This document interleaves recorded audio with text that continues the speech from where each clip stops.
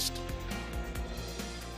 Good evening, everyone. You know, many people inherit a house or assets after their parents pass on, but inheriting Social Security debt seems to be hitting the whole country.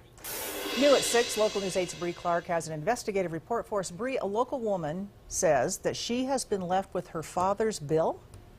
That's right, Jane Carroll. Paulette Kirkham hasn't seen her father in decades, and she didn't want to have anything to do with him. But that didn't stop the government from holding her accountable for his Social Security fraud. Paulette Kirkham was a happy homemaker in Rexburg until she got a letter from the Social Security Administration. I actually thought it was some kind of spam. I almost threw it away, but then I started reading through it, and it had my maiden name on it. That's when Kirkham went to the all-amazing Google and realized this was very real.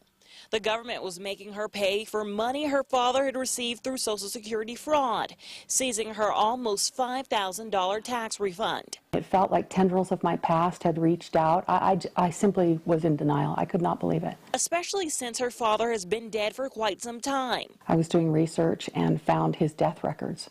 So now Kirkham has to split the bill with other estranged family members. This is all possible because of the 2008 Farm Bill. Buried deep within legal jargon, there's a line that lawmakers say was intended to protect abuse of the system. But when we contacted Congressman Mike Simpson and Senator Mike Crapo, their offices said they never knew the Treasury would take the law to this level. In fact, the Social Security Administration has recently stopped these debt collections. But Kirkham says the only answers she's gotten from the administrations are attempts to take more money. They said, well, we can garnish your husband's wages. You know, we're going to get the money. And we can ruin your credit. And that hurt. And since she is waiting to hear back from lawmakers and lawyers that say they can't do much either, her next steps are to educate others. Where does it end?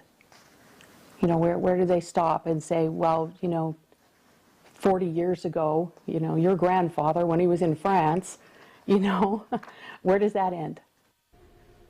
And I tried to get in touch with the Social Security Administration with no luck. When talking to Senator Crapo's office, they said that's who you need to contact about these debts. And if you're unable to get the proper help, to contact the senator's office directly. And I just heard from Simpson's office not too long ago, and he said he complained along with other congressmen when they realized what was going on. And he is happy that the agency has stopped their recoup plan. Live in the studio, I'm Bree Clark. But she still doesn't have her $5,000 back. No. Small little consolation to her at this point. Thank you, Bree. See what happens there. Keep us updated if there are any new developments. You know, since 2011, the Treasury has collected more than $400 million on old Social Security accounts, targeting more than 400,000 taxpayers across the country. No word of if those individuals will be getting their money back. Well,